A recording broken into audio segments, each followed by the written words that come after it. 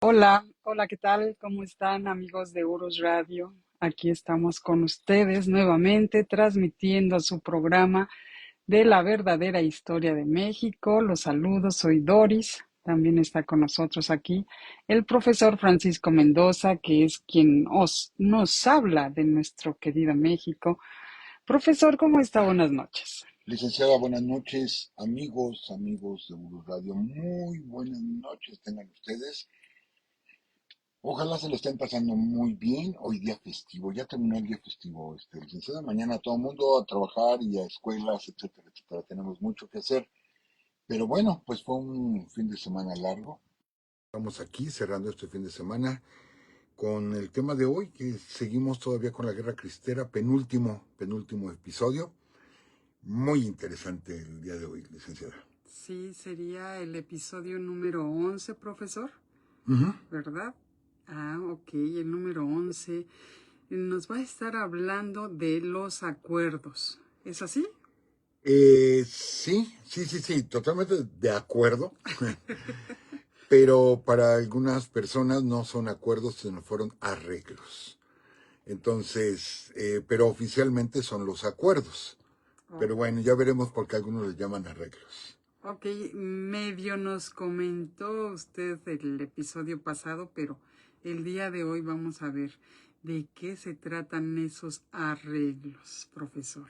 Así es, licenciada. Y bueno, pues enviarles un saludo a todos nuestros amigos y pues pronto nos vemos la semana que entra, licenciada, Sí, en el Panteón de San Fernando, aquí en la Ciudad de México. sí, es el jueves 26, ¿no?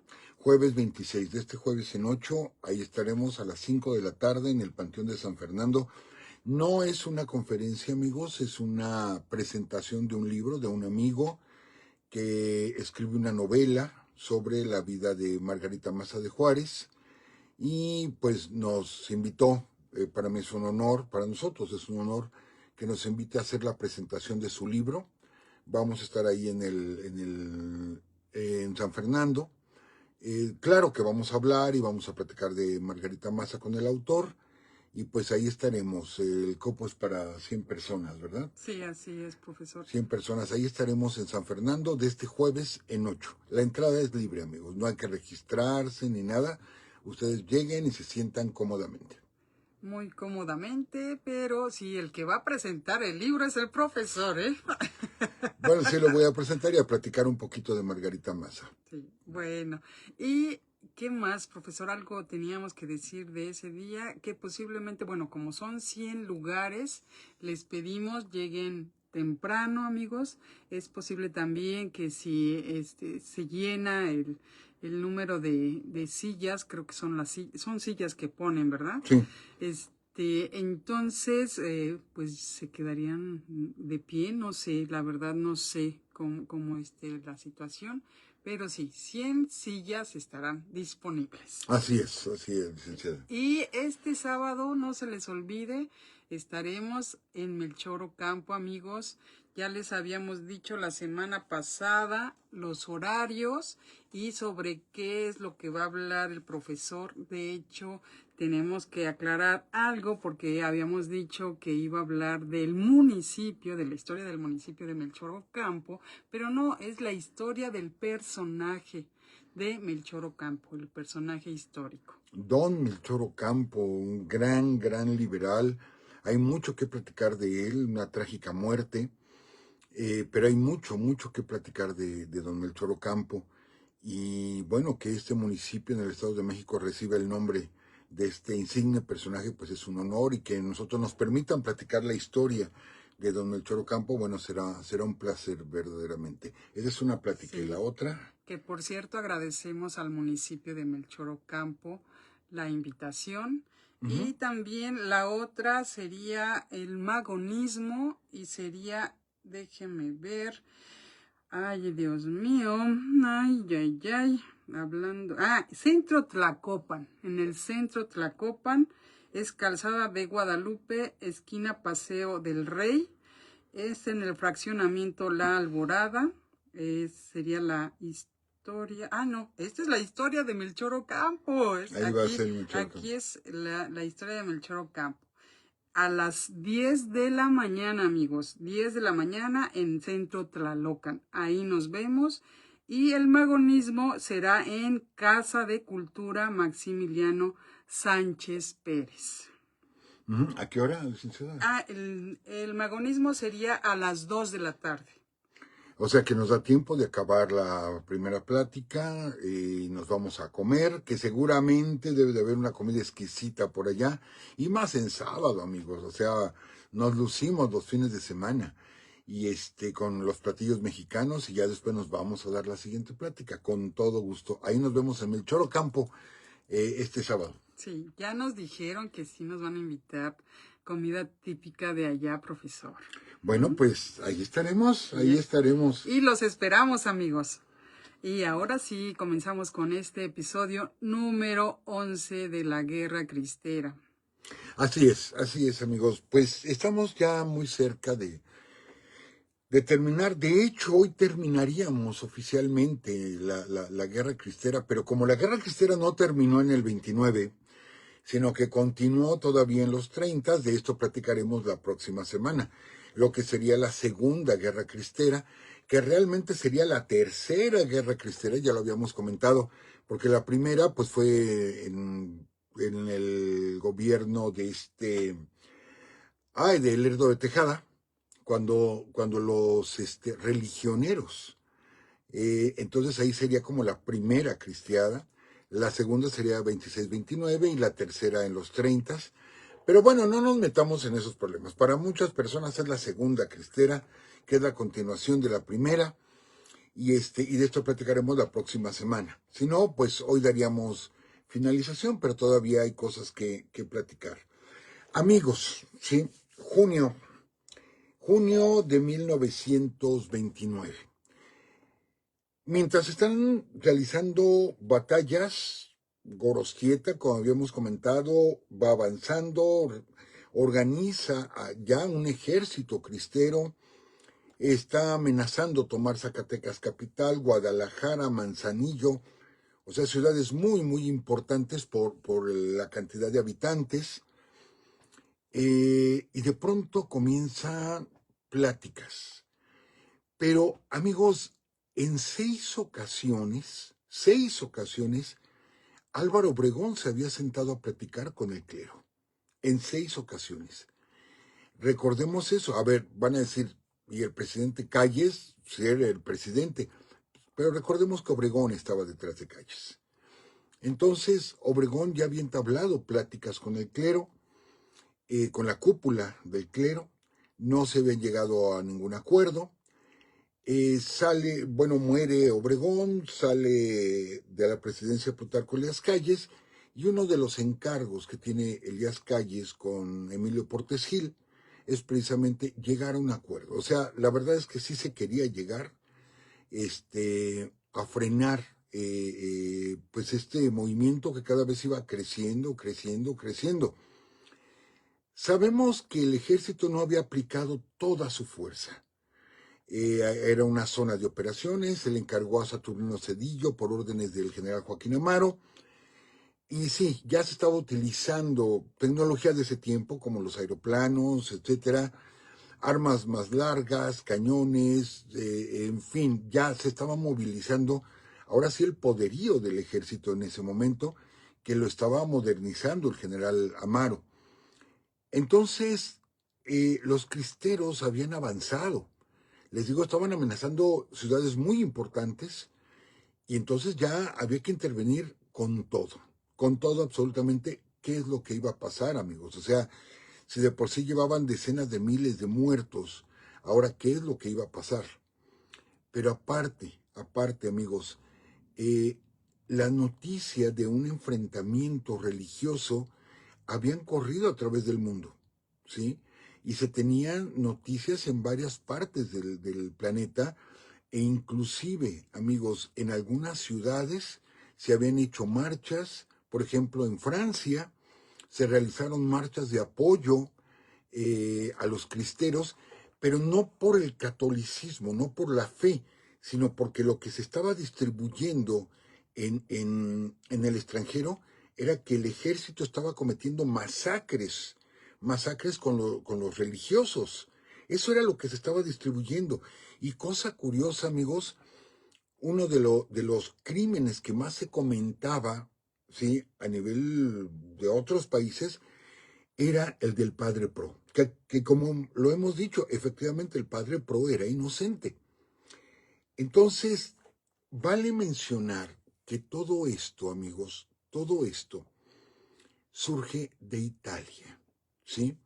Surge de Italia, surge del papado, esto es, surge de Roma, de la iglesia, donde empiezan a distribuir fotografías, pero como si fueran tarjetas postales, con imágenes, ¿sí?, de ahorcados, de fusilados, las empiezan a distribuir. ¿Para qué? Para informarle a la gente lo que estaba pasando en México, pero claro, desde el punto de vista del clero. Y muchas personas estaban muy molestas y decían, basta de esa masacre en México que se está cometiendo. Entonces la opinión pública pues estaba en contra del gobierno de Calles. Y yo quiero hacer un pequeño paréntesis antes de sacar a Calles de la presidencia aquí en Oro Radio, hacer una pequeña aclaración. Ya lo habíamos comentado. Plutarco Elías Calles era creyente, amigos. Era creyente y de hecho era practicante. Que si estaba en la masonería, sí estaba en la masonería, pero recuerden que no, la masonería no es una religión, entonces cualquier católico, musulmán, budista, etcétera, puede pertenecer a la masonería, según lo que nos han comentado. Plutarco Elías Calles efectivamente era masón, pero era creyente y era practicante. Inclusive después, durante el transcurso de la Guerra Cristera y ya casi para terminar su mandato, que eran cuatrienios, él saca a su familia de México para protegerlos y a sus hijas las inscribe en colegios católicos, amigos, en colegios católicos en los Estados Unidos. Entonces el problema no era con el dogma, él creía en el dogma católico, no era con el dogma, era con el clero, era con los obispos, con los arzobispos, con ellos era el problema, ¿sí? Y es más, amigos, 1928, nos vamos a salir un poquitito de tema. 1928, fíjense nada más, en una población que se llama Espinazo, ¿sí?, Nuevo León, ya muy cerquita de la frontera con Coahuila, de pronto surgió un personaje, José de Jesús Fidencio Cintora. Este era un joven, porque merece todo un capítulo, el niño Fidencio. Nada más vamos a mencionar una parte, porque le digo, merece todo un capítulo. Empieza a hacer curaciones, pues que podríamos llamar milagrosas, ¿sí? Porque sanaba a muchas personas. Déjenme platicarles, y bueno, perdón, licenciada, presumir, sí, también presumir, que recientemente nos invitaron nuestros amigos allá en Monclova. ¿Cómo se llama el profesor? Se me fue. Bueno, ahorita nos acordamos del profesor. Nos invitó, fue por nosotros a Monterrey. Y sinceramente yo había visto en el mapa y yo había visto que íbamos a pasar muy cerca de Acatita de Baján. Y yo le había pedido al profesor que si podíamos desviarnos un poco y pasar por Acatita de Baján, que es el lugar donde se da la aprehensión de Miguel Hidalgo. Yo no había contemplado, sinceramente, no lo había contemplado, que íbamos a pasar junto a Espinazo. Y de pronto ya cuando íbamos en la carretera, nos dice el profesor, es que vamos a pasar por Espinazo, y ahí de pronto recuerdo, le digo, la tierra del niño Fidencio, vamos a pasar por ahí. Sí, está a 2 kilómetros de la carretera. Si quieren pasamos a conocer el lugar. Y efectivamente, amablemente el profesor nos llevó. Fuimos a Espinazo, amigos. Sí, está a mitad de una zona desértica. Claro, no es el desierto de arena, pero sí es el desierto de matorrales nada más. La tierra se ve poco fértil, ¿sí? Y desde que íbamos en la carretera, el anuncio muy grande de que estábamos llegando a Espinazo, nos desviamos. Yo no me imaginé así la localidad, no me la imaginé.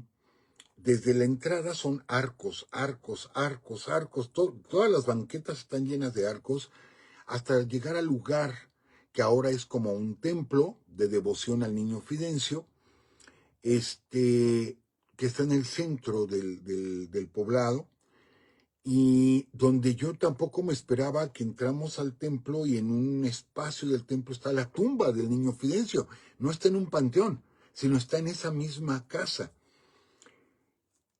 Tiene muchos devotos el niño Fidencio, se ve que van muchas excursiones, que viajan, personas que están mal de salud y que viajan pues buscando alivio porque la familia heredó, digamos, esa parte de las curaciones. Entonces se hacen misas de sanación, etcétera, y la gente sigue yendo. Es el licenciado Humberto Garza de Monclova. Gracias, licenciado, si nos estás escuchando, muchas gracias. Pero lo que llama poderosamente la atención es que hay una calle principal. Le digo, son varias calles que están llenas de arcos, pero hay una calle principal que nos lleva directamente al espacio consagrado al niño Fidencio, y la calle se llama Plutarco Elías Calles. ¿Por qué, amigos? Porque siendo presidente de la República en 1928, Plutarco Elías Calles visita al niño Fidencio, que estaba realizando lo que en su momento se le llamó milagros. Ahorita nosotros hablamos de curaciones o cirugías, ¿cómo le podemos decir? Implementadas o no sé, sin ninguna asepsia, sin ningún quirófano, simplemente con una botella rota, con el cristal de una botella rota operaba cataratas, en fin, era el presidente de la República, amigos. O sea, nada más y nada menos. Estaba ejerciendo el poder, no era el expresidente, estaba ejerciendo el poder.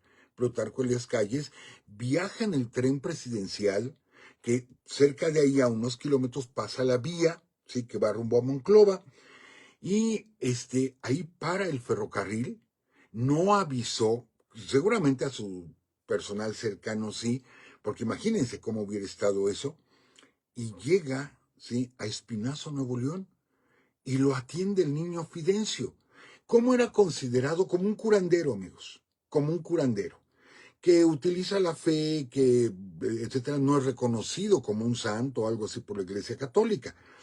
Es un curandero, o era un curandero. Pero se le tenía mucha devoción y casi era como un santo en vida. Bueno, si él se opusiera tanto, si Plutarco Elías Calles se opusiera tanto a ese tipo de ideas, es decir, es que bola de fanáticos, es que me voy contra la iglesia, etcétera, ¿cómo es posible que Plutarco Elías Calles inscribiera a sus hijas en colegios católicos y que aparte fuera a curarse con el niño Fidencio? Y la forma de curarse con el niño Fidencio, fíjense, es algo curioso, y lo digo con respeto. Yo sé que igual algunas personas que amablemente nos escuchan, quizás se van a sonreír, y otras quizás sean devotos y digan, bueno, sí es cierto, pero afuera del espacio donde está este templo, hay una como pila de agua, como un espejo de agua, amigos, y ahí hacía que la gente se metiera. Hasta el día de hoy el agua se conserva, pero no la han cambiado. El agua está terriblemente verde, pero verde, verde, verde. Tenemos fotografías. Bueno, la gente se sigue metiendo en ese lugar. Sí, es como una pequeña alberca, pero circular y bajita, y ahí la gente se mete y no se ha cambiado el agua. Entonces, ¿de dónde se junta agua? Pues de lluvia, etcétera. Y ahí la gente va buscando sanar. Bueno, pues ahí fue metido el presidente Plutarco Elías Calles, insisto, siendo presidente de la República, ¿sí? Al parecer, bueno, y después de ahí, de tomar un baño en ese lugar, ya lo pasó y lo trató en privado, utilizando algunas hierbas, etcétera.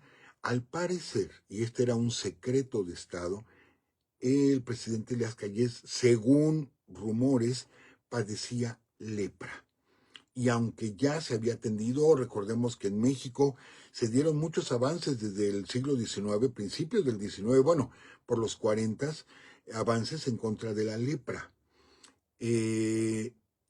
Bueno, pues Plutarco Elías Calles, según comentan, les digo, no se ha comprobado porque era un secreto de Estado, la padecía y fue a curarse con el niño Fidencio, con un curandero, ¿sí? Y al parecer se curó, al parecer se curó, ¿sí? Como todo se guardó muy, muy en secreto, claro, no podían ocultar que el presidente Calles llegó ahí, tan es así que les digo que la calle principal de Espinazo se llama Plutarco Elías Calles.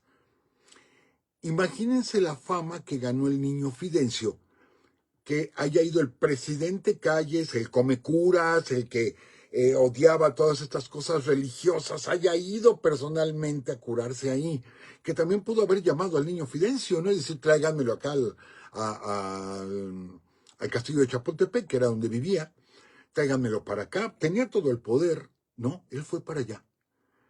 Entonces, por eso es difícil poder juzgar a Calles. Sí, los cristeros, bueno, era la encarnación del demonio, era el anticristo por completo. Pero vemos ese tipo de detalles que les digo, y él lo afirmó, soy creyente, ¿sí? Soy creyente. Y vamos, lo demostró, aunque era un curandero que no pertenecía a la Iglesia Católica, pero demostró que tenía ese tipo de fe, ¿sí? Entonces, por eso es complicado hacer un comentario de Plutarco Elías Calles. Es complicado. Lo que sí creo que nos queda claro es que el problema nunca fue contra el dogma, sino que fue contra el poder del clero. ¿Y se acuerdan que habíamos comentado, amigos?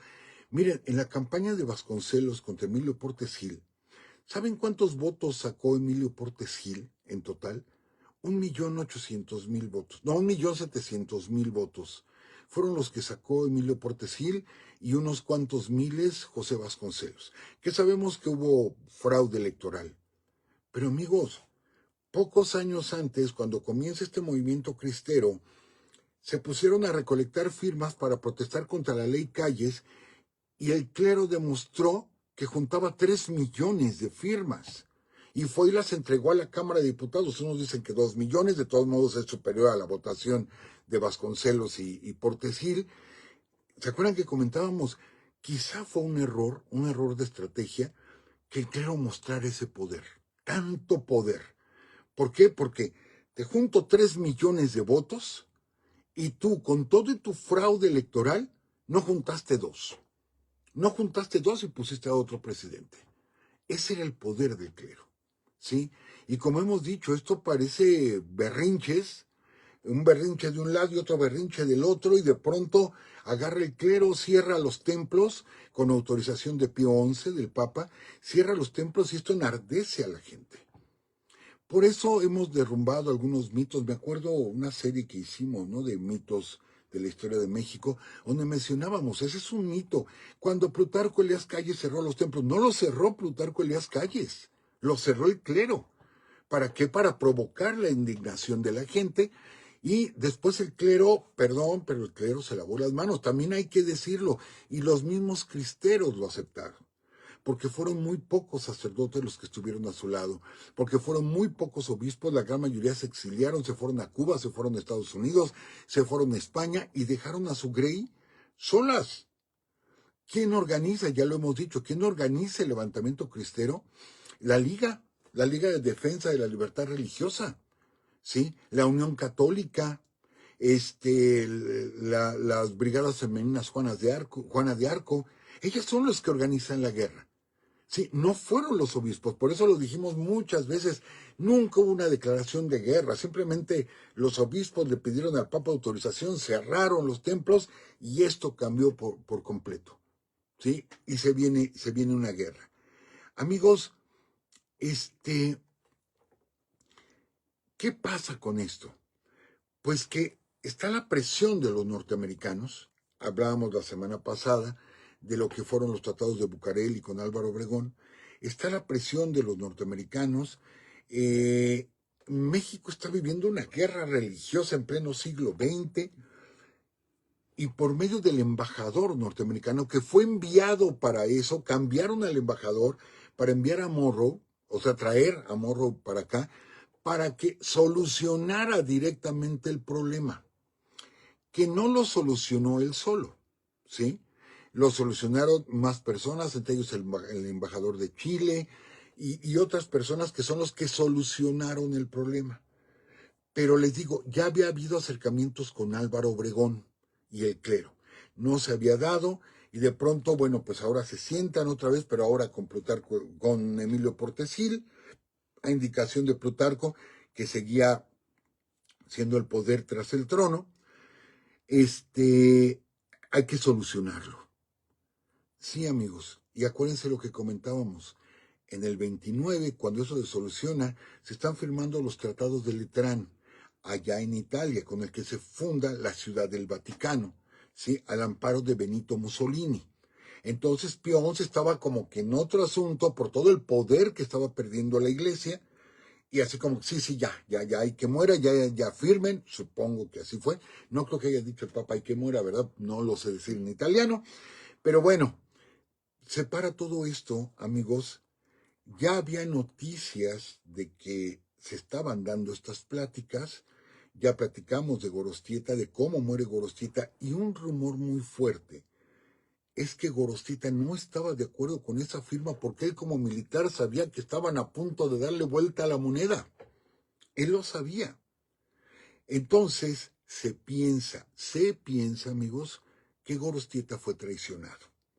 Sí, el mejor general, el que formó el ejército cristero, quizá fue traicionado por alguno de sus subalternos. Se habla de 2 personas que fueron puestos como vigías, ambos eran hermanos y ya estaban de acuerdo para no avisar cuando se acercara la tropa para sorprender al general Gorostieta. Ya platicamos de su muerte. ¿Por qué? Porque él hubiera sido una traba en las negociaciones, porque hubiera dicho Gorostieta, bueno, eso negociaron ellos, pero el ejército lo tenemos nosotros. Y hubiera sido una traba. Entonces, quizá era importante quitar a Gorostieta de ahí. Ahora, ¿qué se combinó ahí, amigos? Lo primero y lo más... Ay, es que luego me mandan mensajes en Face que dicen que sí, me voy a un lado al otro, pero es que es difícil no hacer estos comentarios. Pero ¿cómo se solucionó todo? Lo decíamos la semana pasada, tan fácil como que, mira, esta lista que te estoy pidiendo de sacerdotes no es para controlarlo, solamente para hacer una estadística y con esto te va a servir a ti para que no se metan ahí colados. Y el clero, entonces era para una estadística, pues entonces no hay ningún problema. Entonces abran los templos, sí, los abrimos. Y anuncian, se van a abrir los templos en agosto. Y se acabó, amigos. ¿Tocaron el artículo 130 de la Constitución? No se tocó. No se tocó el artículo 130. Se quedó tal y como. Y el gobierno no iba a permitir que lo tocaran, porque hubiera mostrado debilidad. Entonces, ¿cuáles serían los acuerdos que se convertirían en arreglos en lo oscurito, amigos? Porque el 130, amigos, sigue estando igual. Busquen ustedes, sí, artículo 130 de la Constitución Política de los Estados Unidos Mexicanos. Bueno, no, ya hubo un cambio, en 1992 hubo un cambio, pero antes del 92 no se había tocado la Constitución, amigos. Siguió exactamente igual, no se movió nada, absolutamente nada. Entonces, amigos, ¿qué fue lo que pasó? Dices, caray, ¿por qué entonces llegar a una guerra? ¿Por qué tener decenas de miles de muertos en el país cuando esto se pudo haber solucionado el día -1 de iniciar la guerra? ¿Sí? Ese 1 de agosto, pues el 31 de julio lo hubiera negociado del 26 y se hubiera detenido todo, amigos. Tan fácil que la iglesia hubiera dicho, sí te paso la lista. Y como fue, enviaron una lista a la Secretaría de Gobernación, ¿sí? Enviaron una lista, aquí está nuestra lista de sacerdotes. Está bien, sí, sin ningún problema. Pero no fue así, amigos. Por eso es una guerra tan absurda, ¿sí? No me parece absurda la fe de los cristeros, no me parece absurda la disciplina del ejército, sino haber llegado a esto cuando era tan fácil solucionarlo desde un día antes, amigos. ni siquiera se hubiera llegado a ese día. Pero si hubieran tenido verdadera disposición a solucionarlo, lo hubieran arreglado, ¿sí? Lo hubieran arreglado antes. Por eso la gente cristera se sintió tan defraudada de que no se les tomó en cuenta, de que solamente se les avisó, ¿saben qué? Se acabó esto y se cumplió lo que decía el general Gorostieta.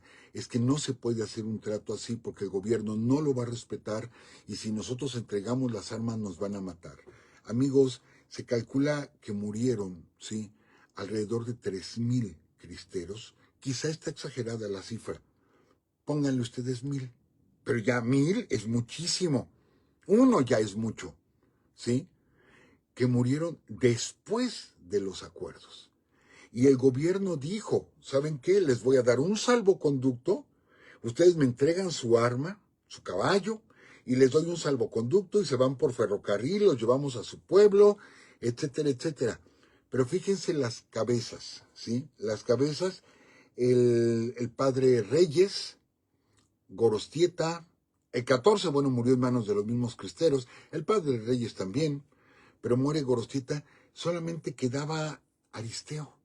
De los grandes, nada más quedaba el general Aristeo y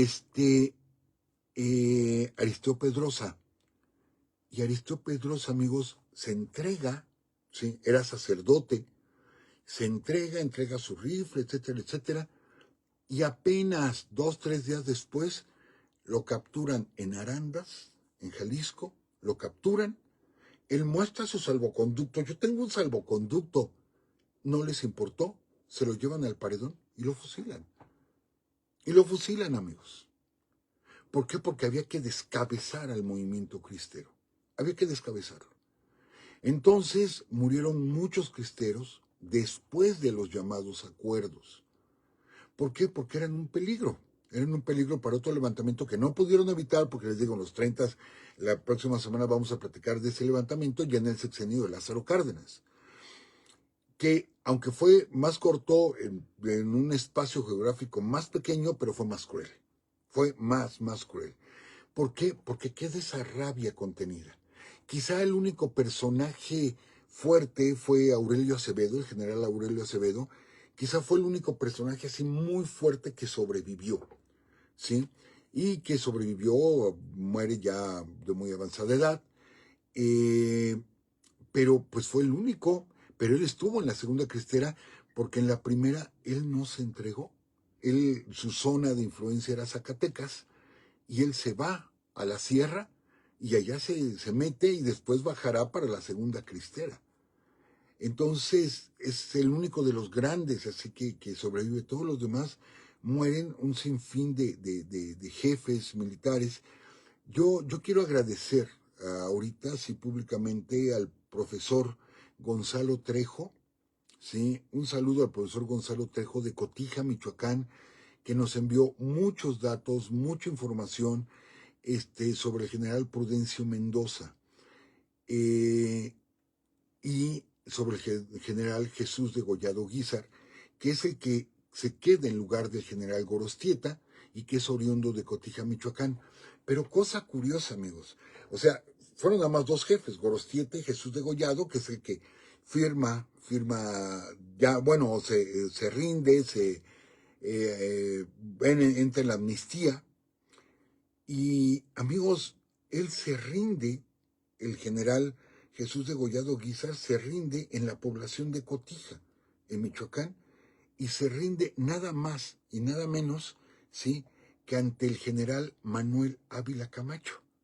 Ahí en el pueblo, ahí se rinde ante el general Manuel Ávila Camacho, que estaba en la cristera, estaba Manuel, estaba Maximino, su hermano, había varios generales que estaban ahí, era el tiempo de los generales, y ahí se rinde, y ahí estuvo el que iba a ser posteriormente presidente, que también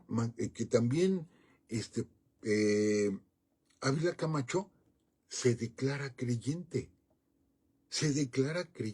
amigos, y él va a ser presidente del 40 al 46, y se declara creyente. Les digo, el problema era el clero, no el dogma, ¿sí? En la segunda sí, eso vamos a platicar, porque el motivo, en la primera el motivo fue ese aparente control del Estado sobre la iglesia, sobre el clero. En la segunda cristera el problema va a ser la educación laica, amigos. Ese va a ser el problema cuando Lázaro Cárdenas declara que la educación en México tiene que ser socialista. Y estalla otra rebelión. Pero no adelanto, platicamos de eso la próxima semana. Pero bueno, entonces el general Prudencio Mendoza, por ejemplo, es el general que recibe el caballo de este niño del Río, José José Sánchez. Sánchez del Río, que va en su caballo, era el portestandarte del general Prudencio Mendoza.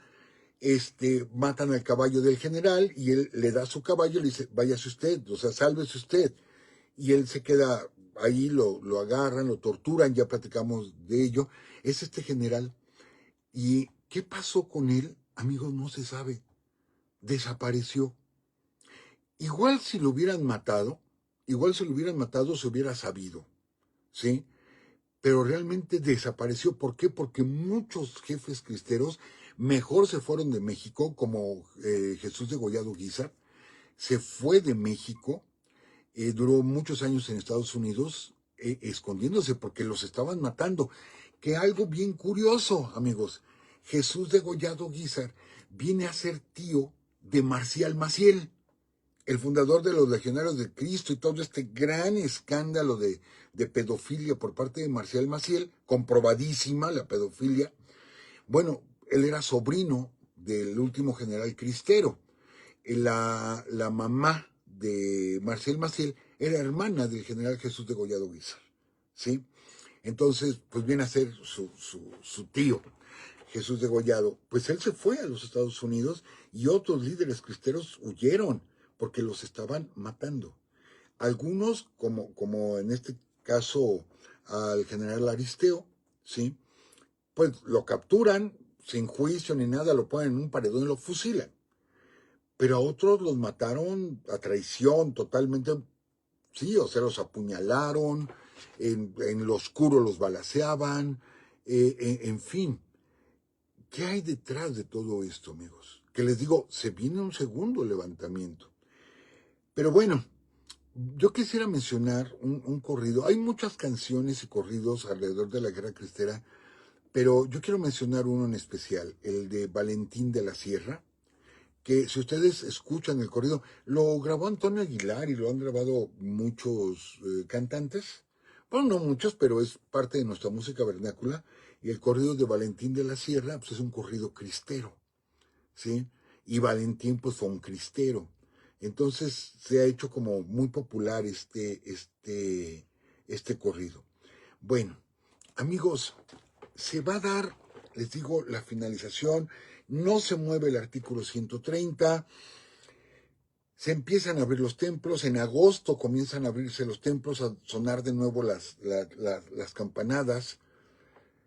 No hubo movimientos hasta 1992, en el sexenio de Carlos Salinas de Gortari, donde México restablece o establece relaciones diplomáticas, ya reconociendo al Vaticano como un Estado. No olvidemos, ahí está el Papa, pero tienen un jefe de Estado, ¿sí? No me sé el nombre del jefe de Estado del Vaticano, es un sacerdote, bueno, un obispo, un arzobispo, pero es como el jefe de Estado. El Vaticano es muy pequeñito, sería el país más pequeño del mundo. Es un cuadrángulo muy, muy pequeño, pero tiene su jefe de Estado. Y México establece relaciones diplomáticas con el Vaticano en el 92, ¿sí? Por lo que antes teníamos un delegado papal y se convierte ahora en nuncio papal. Nuncio es como embajador, se convierte en el nuncio. Y se le da como mayor apertura a la Iglesia Católica. ¿Por qué? Porque hasta entonces, fíjense bien, hasta el 92, que ese fue un problema de la Constitución del 17 y fue un problema de la Ley Calles, que la Iglesia no podía protestar legalmente porque no tenían personalidad jurídica. O sea, jurídicamente tú como congregación no te reconozco. Yo te voy a aceptar que te quejes tú, fulanito, tú, perenganito, pero tú como institución no te acepto nada, porque no tienes personalidad jurídica, ¿sí? Entonces, ¿qué pasó cuando los arreglos no les dieron personalidad jurídica? Y que fue uno de los primeros problemas que hubo. Hasta el 92, amigos. Hasta el 92 se le da personalidad jurídica a la iglesia. Todo ese tiempo, todos los 30, 40, 50, 60, 70 y 80, seguía todo exactamente igual. La ley se seguía aplicando. Y vamos a entender esto, amigos. ¿Se acuerdan cuando habíamos dicho? Es que la ley no decía que no puedes dar misa, que no puedes tener culto. Lo que la ley te pide es que el culto sea dentro de tus recintos. No lo puedes hacer en la calle, sino lo tienes que hacer en tus recintos. Hasta ahí creo que vamos bien, es entendible. Pero cuando la ley exige, pero tampoco puede ser en las casas particulares, perdón, pero esta es mi propiedad particular. Está bien, te entiendo. La calle es espacio público, es espacio de todos y no tienen por qué cerrar la calle para hacer una misa, lo entiendo. Pero en mi casa, que es propiedad privada, yo puedo hacer las misas que quiera. ¿Cuántos sacerdotes realmente murieron durante esa etapa cristera? Se calcula que entre 60 y 70 sacerdotes. De los aproximadamente 3,000 sacerdotes que había en México. Les digo, muchísimos se fueron, ¿eh? Muchísimos se fueron. Entre 60 y 70, la gran mayoría fueron fusilados, amigos, por hacer misas en casa. Pero yo insisto, por eso les digo, ¿qué radicalización? Sí, te creo, te creo. No tienes por qué cerrarme una calle, que es vía pública, no tienes por qué cerrármela. Pero si yo llamo a un sacerdote para que en mi casa bauticen a mi hijo, tú no tienes por qué meterte en mi casa. No tienes por qué hacerlo. Entonces vean los dos extremos, amigos, los dos extremos por completo. ¿Cuánto de capricho hubo en esta guerra? ¿Cuánto de orgullo de las dos partes? ¿Sí? Yo me acuerdo que les platiqué en el tercer o cuarto programa que en la calle donde yo vivo, pues alguien agarró un cajón de estacionamiento para poner un altar a la Virgen. Y que nos quita un cajón que todos necesitamos. Y que aparte, si alguien se atreve a poner un coche ahí, la señora sale a maltratar a la gente. Y cuando es un espacio público, es de todos. Pero si ella quiere tener su altar en su casa, nadie tiene por qué decirle absolutamente nada. Esto es algo mínimo, esto es una basurita comparado a ya lo grande que fue la guerra cristera, ¿sí? Donde era un enfrentamiento, era un duelo de egos entre el clero y el gobierno, era un duelo de egos. ¿Y quiénes estaban en medio? Los cristeros. ¿Quiénes estaban en medio?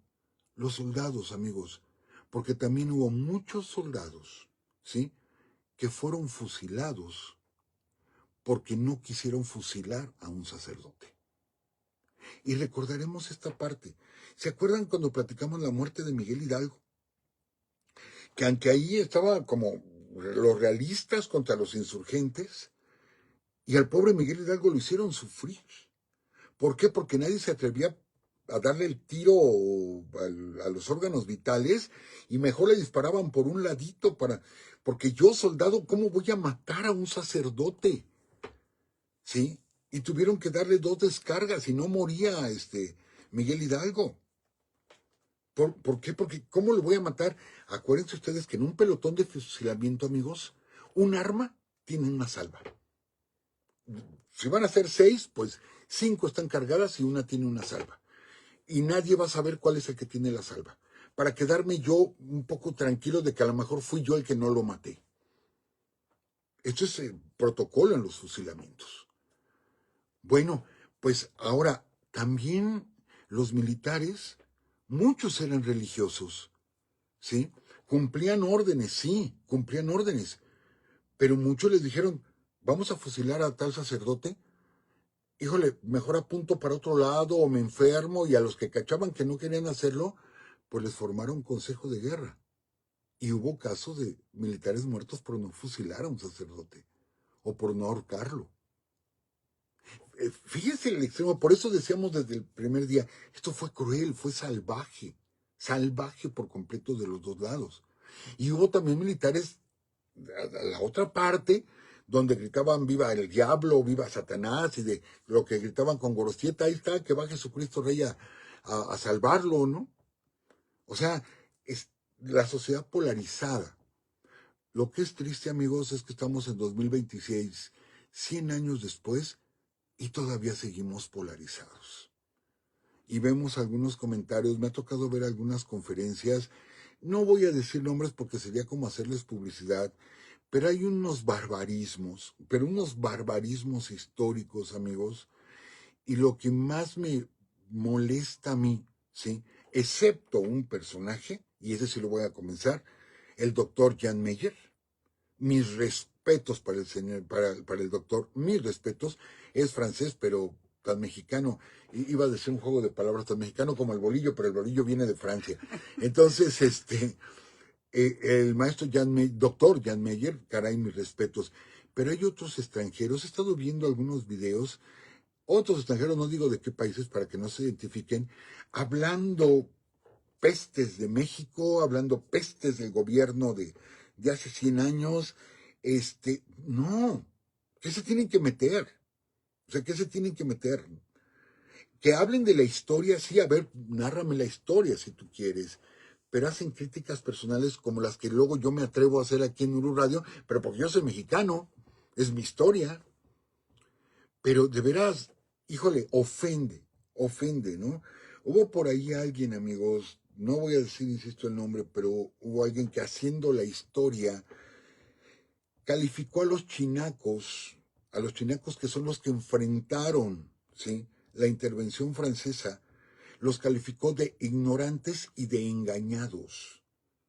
No, cuando yo lo oí dije, pero qué barbaridad, o sea, entonces estás aplaudiendo que hayan llegado los franceses y que los chinacos eran una bola de ignorantes porque se fueron contra los invasores franceses. Dices, no, qué barbaridad. O sea, una serie de exageraciones y este año va a estar así porque son 100 años de levantamiento cristero y los próximos 3 años lo vamos a tener así. Acabo de ver una conferencia de hace muy poco tiempo del doctor Jan Meyer y me encantó cómo cerró cuando dice, yo no quisiera que este 2026 sirviera para revivir heridas, dice, y que otra vez se empezaran a gritar y a insultar. Y sí, yo le agradezco al doctor Jan Meyer esas palabras porque no es correcto, amigos. Está bien, sí, tenemos cierta afinidad, no lo niego, pero, pero nos polarizamos, nos insultamos, nos gritamos. Amigos, esto fue hace 100 años y es triste que esto haya ocurrido. ¿Se acuerdan cómo abrimos esta serie? Ya casi vamos a terminar. ¿Cómo abrimos esta serie, amigos? Leyendo a Jorge Ibargüengoitia, cuando decía de su libro El Atentado, que está basada en la muerte del general Obregón, y que dice cualquier hecho de esta historia, o un hecho de la vida real, en la historia de México, no es una casualidad, es una vergüenza nacional. Entonces yo me atrevo no a avergonzarme de los cristeros, no a avergonzarme de los militares. Me avergüenzo de que hayamos tenido una guerra cristera que se pudo haber solucionado desde el primer día. Les digo, desde el día -1. Desde ahí se pudo haber solucionado. ¿Cómo es posible que llegamos a tanto, amigos? ¿Cómo es posible? E insisto, a lo mejor me voy a ganar muchas críticas, van a decir, es que los mártires cristeros, no, mis respetos para sus ideas, yo no niego que hicieron cosas heroicas, no lo niego, pero no se tenía por qué llegar a esto, amigos. Es triste que México haya pasado por esta situación, ¿sí? En pleno siglo XX. Es muy triste. Y les digo, no lo digo yo, lo dice Ibargüengoitia. Es una vergüenza. Por eso, amigos, aunque no hubo un pacto de silencio, pero sí se dio el silencio. Sí se dio. Era algo de lo que no se hablaba. Era algo que no se comentaba. Y quien viene como a abrir este tema de nuevo en los 70s y 80s es precisamente el doctor Jan Meyer. Y que fue su tesis doctoral, la cristiada, y de pronto pone en la mesa, a ver, ese es un tema que todavía hay muchos cristeros vivos, y aquí está, esto es parte de la historia. Y así como que todo el mundo, no, cállate, ¿no? Y el gobierno, cállate, cállate, mejor no hables de eso. Y el clero, cállate, cállate, mejor no hables de eso. Todo el mundo hace como que calladitos se ven más bonitos. No, amigos, es parte de nuestra historia. Y hay páginas gloriosas y hay páginas terribles. Y las tenemos que conocer, porque es nuestra historia. Entonces, sería como nuestra conclusión, amigos. Me faltaban dos detalles. Uno, el general Joaquín Amaro, ¿sí? ¿Se acuerdan que habíamos platicado que es muy probable que su esposa haya formado parte del grupo de Juana de Arco? La misma esposa del secretario de la Defensa, del que estaba a cargo de acabar con los cristeros. Cuando él muere, amigos, y abre su testamento, él le deja todo su archivo a los jesuitas. Así, de ese tamaño. El general Joaquín Amaro.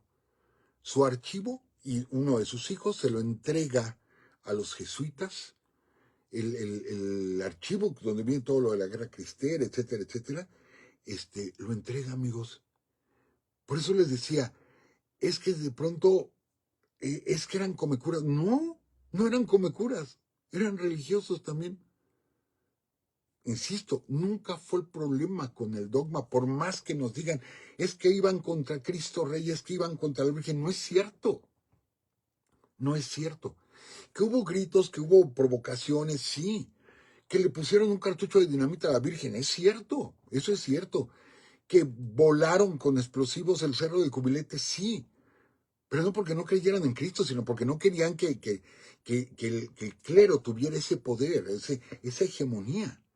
Y era golpearlos a ellos. Y atentaron contra símbolos religiosos. El mismo Plutarco Elías Calles, y lo acabo de escuchar hace 2 horas, no a Plutarco Elías Calles, no tengo una ouija, no, sino al doctor Jan Meyer, que dice, esto yo no lo puse en el libro de la Cristiada, dice, en mi tesis de la Cristiada dice, porque tiene poco que me enteré. Dice, porque una nieta o una hija del general Plutarco Elías Calles, ¿sí? Le dijo, o sea, le comentó al doctor Meyer, y ahí lo pueden ustedes ver en internet, ahí está la conferencia, donde él platica que Plutarco Elías Calles le comentó, dice, fue un error, ¿sí? Haberme ido contra la iglesia, fue un error. Dice, porque yo no contemplé que en todos los hogares de México hay una Virgen de Guadalupe. O sea que el mismo Calles lo reconoció. Y acuérdense que el mismo Calles da la orden de que no se fusile al padre Pro, pero la orden llega demasiado tarde y lo fusilaron. Entonces, no podemos pintar de demonio a Plutarco Elías Calles. Por lo menos quítenle un cuerno, ¿no? O sea, sí, a lo mejor fue muy malo, pero por lo menos quítenle un cuerno. Porque ya él es el peor de los peores. Y como no encuentro otro motivo, pues son masones, ¿no? Y son masones, y le dan un poder a los masones que nunca tuvieron. O sea, sí llegaron a tener esbozos de poder, pero así como que tanto poder como lo pintan. Porque yo he escuchado unas barbaridades, ¿no? Que si son, ¿cómo les dicen? Illuminatis, ¿no? Que son satánicos, que hacen sacrificios humanos, que he escuchado unas barbaridades, pero terribles que nada que ver, realmente nada que ver. Y para todo los culpan. No, amigos. Y sí lo digo por algunas personas cristeras muy arraigadas que dicen la culpa fue de los masones, ¿no? Yo sé que no simpatizan con los masones, yo lo sé, aunque ha habido muchos masones católicos y muchos sacerdotes masones, ya hemos platicado, ¿no? Del doctor José María Luis Mora, de Fray Servando Teresa de Mier, o sea, muchos sacerdotes católicos. No, amigos. Sacerdotes masones. Sacerdotes masones. Yo creo que es tiempo que reconozcamos que esta guerra fue una guerra de egos entre el gobierno de Plutarco Elías Calles y Álvaro Obregón y entre el clero, la cúpula, los obispos y arzobispos. Fue una guerra entre ellos, ¿sí? Y se llevaron entre los pies totalmente al pueblo. Y que hubo pueblo que se armó, y hubo pueblo que fue y que dio su vida, y que derramaron su sangre, y que al final les dijeron, fíjense bien, y esto va para el siguiente episodio, no les dijeron, muchas gracias, vete a tu casa. No, les dijeron, a partir de ahora eres un delincuente. A partir de ahora eres un delincuente. Espérame, pero si estoy defendiendo al clero. No, tú eres un delincuente. Y muchos cristeros murieron como delincuentes acusados por el mismo clero. Tan es así, y con esto cierro, licenciada, Sí. que la segunda cristera, amigos, la segunda cristera, muchos cristeros dijeron, no peleamos, ¿sí?, por el clero, peleamos por Dios. O sea, separaron al clero de Dios mismo, según sus creencias, que lo estamos peleando por Dios, no por el clero. Así se separaron por completo, amigos. Entonces, pues ahí lo dejamos y y nos vemos la próxima semana. Bueno, nos vemos el sábado en el Choro Campo y el lunes aquí en Uru Radio y el siguiente jueves ahí en el Panteón de San Fernando, licenciada. Así es, profesor. Muchísimas gracias. Como lo dijo el profesor, los esperamos este sábado 21 de marzo allá en Melchor Ocampo a las 10 de la mañana. Estamos en, ¿dónde dijimos? La historia de Melchor Ocampo bueno, de eso va a hablar el profesor y será en el centro Tlalocan a las 10 de la mañana. Sería en Calzada de Guadalupe, esquina Paseo del Rey, Paseo del Rey, perdón, fraccionamiento La Alborada. Y sí, el profesor va a hablar de la historia de don Melchor Ocampo. Les están pidiendo que lleguen 20 minutos antes para iniciar puntuales a las 10. Por eso ustedes ven que en el flyer dice 9:40, pero vamos a empezar a las 10. Y sí, profesor. Perdón, yo sé que esto suena chantaje y es real. Acuérdense de lo que les dijimos la semana pasada. Nosotros vamos a irnos bien tempranito, desde bien lejos, ¿eh? Así es que lleguen temprano, amigos. Nosotros vamos desde acá, desde Aragón, nos vamos a ir, ¿qué? 8 de la mañana, 7:30 de la mañana. Sí, entonces, amigos, lleguen temprano, sí, allá nos vemos. Sí, profesor.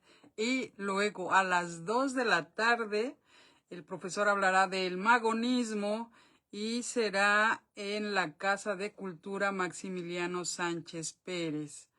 Sí, ¿verdad? Ya quedó. Sábado 21, no se les olvide. Y agradecemos a nuestro amigo Rafael Vázquez también de allá de Melchor Ocampo por la invitación. También a Miriam Casas, que también es de Monclova, profesor, que también nos invitó por allá. Sí, sí, muy cierto, claro que sí. Fuimos a dar conferencia con ella. Sí.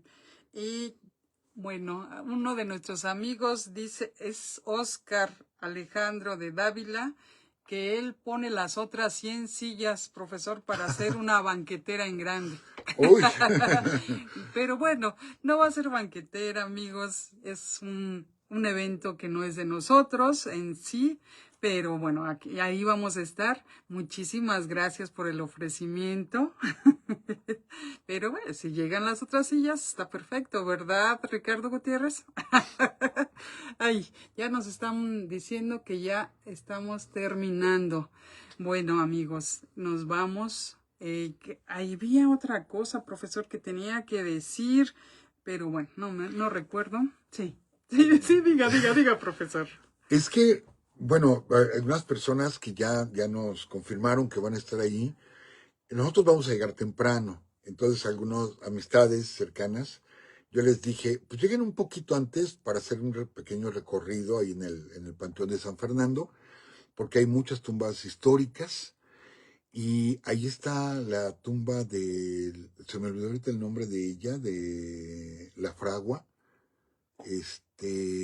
su novia, la que muere, pues, y que se habla mucho, hay una leyenda, y está justo en la esquina del Panteón de San Fernando. Entonces, nosotros vamos a llegar un poquito antes, por si alguien llega antes, ahí nos encuentra en el Panteón haciendo un recorrido antes de la plática, amigos. Yo creo que va a ser interesante. Ojalá, yo creo que esa hora todavía está abierto para el público, pues llegar por lo menos, no sé, 5:15, no, o sea, a las 5 es llegar, no sé, como a las 4 y hacer un pequeño recorrido ahí, ¿no? Así improvisado, ver algunas tumbas y todo esto estaría interesante. Nosotros vamos a llegar, ¿eh? Ya desde las 4 ya andaremos por ahí y ahí nos encuentran. Yo creo Bueno, que vamos a ser un grupito y por ahí vamos a estar. Pues entonces, los que puedan, nos vemos a las 4. Licenciada, Sí. entonces, ¿va a ser una banquetera en un panteón? Ay, sí, profesor. Bueno, y un favor bien, bien grande. Por favor, si ustedes van a invitar a alguien a este evento, por favor, digan todo completo. Vamos a ir a la presentación de un libro donde va a estar el profesor Francisco y la licenciada Doris. Porque si ustedes dicen, vamos a ir a ver al profesor Francisco y a la licenciada Doris al panteón, no se vaya a espantar a alguien que vaya a decir, ¿qué les pasó? No digan, vamos a ir a verlos al panteón, vamos a ir a la presentación de un libro, y ahí van a estar ellos, sí, porque si no va a sonar medio feo, ¿verdad? Sí, profesor. Así que, bueno, nos vemos ese día, el día 26 allá. Hay que vivir la vida al máximo, amigos. La vida se va, eso sí. Ay, profesor, ¿para qué dijo eso? Ah, bueno, ya nos vamos, amigos. Que estén muy bien. Queremos agradecer a nuestro amigo César Correa, que el día de hoy fue emergente, estuvo apoyándonos en ausencia de nuestro amigo Gabo Ibarra. Muchísimas gracias, César. Y pues ya nos vamos, ahora sí. Que estén muy bien, cuídense mucho. Y por acá los esperamos el próximo lunes a las 10 de la noche. Bueno, ya dijimos a las 10 de la noche. Y este sábado allá en Melchor Ocampo. Hasta luego, amigos. Que descansen.